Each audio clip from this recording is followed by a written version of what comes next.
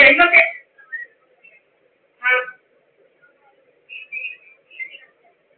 അല്ല ഇവിടെ ഈറ്റയും കൂട്ടിയൊന്നും ഇവിടെ ഒരു വേപ്പാ മുൻവെട്ടി നിൽക്കുന്ന ഒരു വേപ്പ് മരം.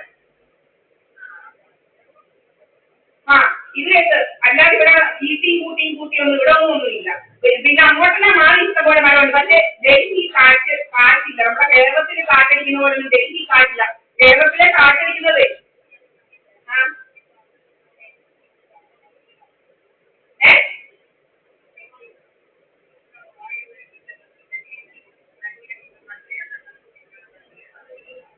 അതൊന്നും പറ്റില്ല. അത് വന്നാൽ എനിക്ക് മാത്രമേ കേൾക്കുള്ളൂ. ഈ ലോകത്തുള്ള എല്ലാവർക്കും വരും.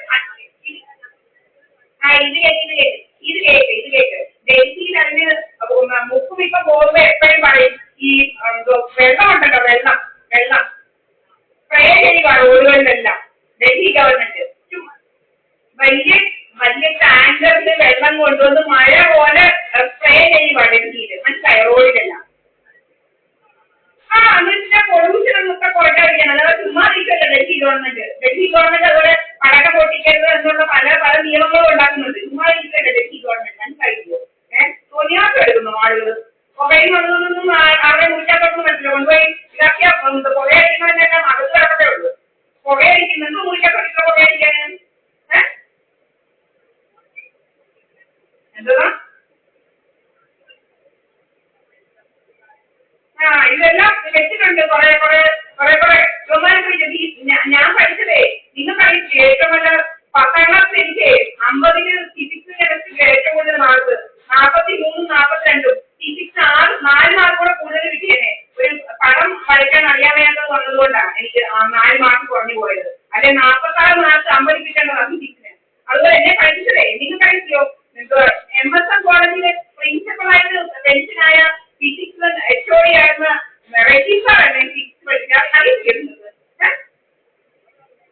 ആണോ?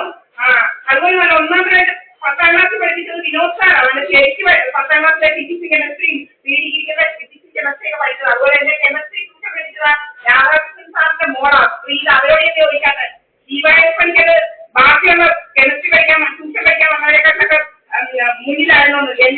ഞാനിരുന്ന പേപ്പറായിരുന്നു എല്ലാവരുമാരും കോപ്പി അടിക്കുന്നത് അവിടെ. കേട്ടോ? ചുമ്മാ പഠിച്ചതൊന്നുമല്ല. എന്തോ മനസ്സിലാക്കട്ടെ. ബിജുപിയുടെ വീട്ടിൽ ബിജുപിയുടെ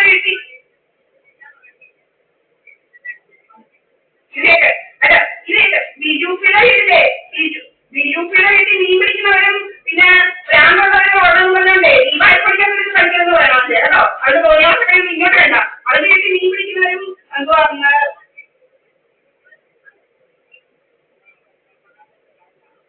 അതാ അതിന്റെ വീട്ടിലെ എനിക്ക് കേൾക്കണ്ട. അതിന്റെ വീട്ടിൽ മീൻ പിടിക്കുന്നവരും വട്ടന്മാരും ഒക്കെ ഉള്ളതെന്ന് പറഞ്ഞുകൊണ്ട് എന്റെ ഒക്കെ തോന്നിയാസം കാണിക്കുന്നത് വേണം. അത് തോന്നിയാസം വേണം. അതിന്റെ അമ്മയുടെ കാണിച്ചാൽ മതി. അല്ലെ അവന്റെ കുഞ്ഞികളുടെ ആക്ടിവിറ്റിയും തോന്നിയാസൊന്നും എന്റെ ഒക്കെ വേണ്ട കേട്ടോ. അവന് അതൊന്നും എനിക്ക് വേണ്ട. അവന്റെ കാര്യങ്ങളൊന്നും എനിക്ക് അറിയണ്ട. അവന്റെ കാര്യങ്ങളൊന്നും അറിയണ്ട. അതാ പറഞ്ഞ അവൻ ക്രിമിനൽസിനെ എന്റെ പുറകിൽ വരുന്ന കാര്യം എന്തുവാ? അവൻ ക്രിമിനൽസിനെ എന്റെ പുറകിൽ വരുന്ന കാര്യം എന്തുവാ? ഞാൻ വന്നത് മുക്കും പുലരുടെ കൂടെ താമസിക്കാനാ. അവനാ ഇവിടെ ദിവസവും വരുന്നതും ഇവിടെ സാധനങ്ങൾ സഹിതം ഇവിടുത്തെ എന്തുവാ ഓർഡർ എന്ന് പറയുന്നത് മുക്കുവിനെ വിളിച്ച് ചോദിച്ചത് ഏതാണ്. അന്നേരം മുക്കും പറഞ്ഞ് അച്ഛനെ അമ്മയെക്കാട്ടിലും ആഴമുള്ള ബന്ധമാണ് ഞങ്ങളൊന്ന് മുക്കും പറഞ്ഞ ഇങ്ങനെയോട് ഓണറിനോട്. മനസ്സിലായോ? അച്ഛനും അമ്മയോടും ഉള്ളതിനേക്കാളും ആഴമുള്ള ബന്ധമായ എന്റെ വീട്ടുകാരെന്ന് പറഞ്ഞു. മനസ്സിലായോ? അങ്ങനെ പറയുന്നതൊക്കെ എനിക്ക് കിട്ടിയിരിക്കുന്നത്. മനസ്സിലായില്ലയോ? അതിനപ്പുറത്തല്ല വേണോ? വേണ്ടായാലോ?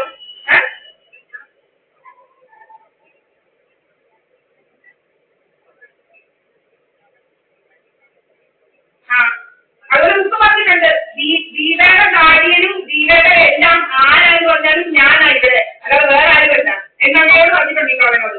കേട്ടോ? ദീപയുടെ ഗാർഡിയനും ദീപയുടെ ഏത് രീതിയിലുള്ള ആളും ഞാനാ, അല്ലാതെ വേറെ ആരും ഇവിടെ ഒന്നുമില്ല. അതുപോലെ ദീപയോട് അമ്മയെ വേണം എന്നെ വേണം എന്ന് ചോദിച്ചാൽ ദീപ എന്നെ വേണമെന്നേ പറയുമെന്ന് പറഞ്ഞിട്ടുണ്ട് ഇന്നത്തെ ഓണത്തോട്. കേട്ടോ? കാരണം മുക്കും അങ്ങനെ എന്നോട്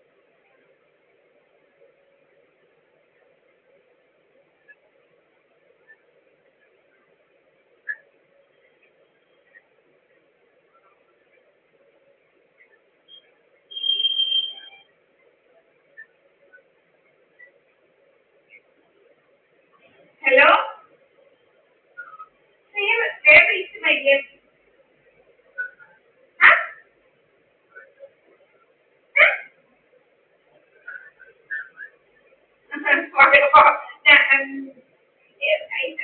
7 something you will be waiting, huh? Huh. Huh. Huh. Huh? Huh. You had a PS.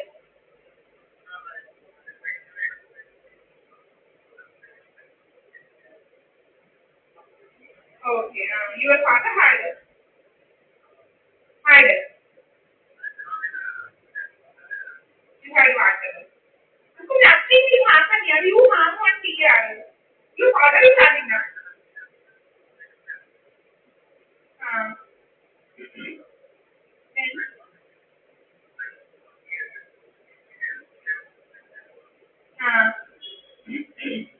uh,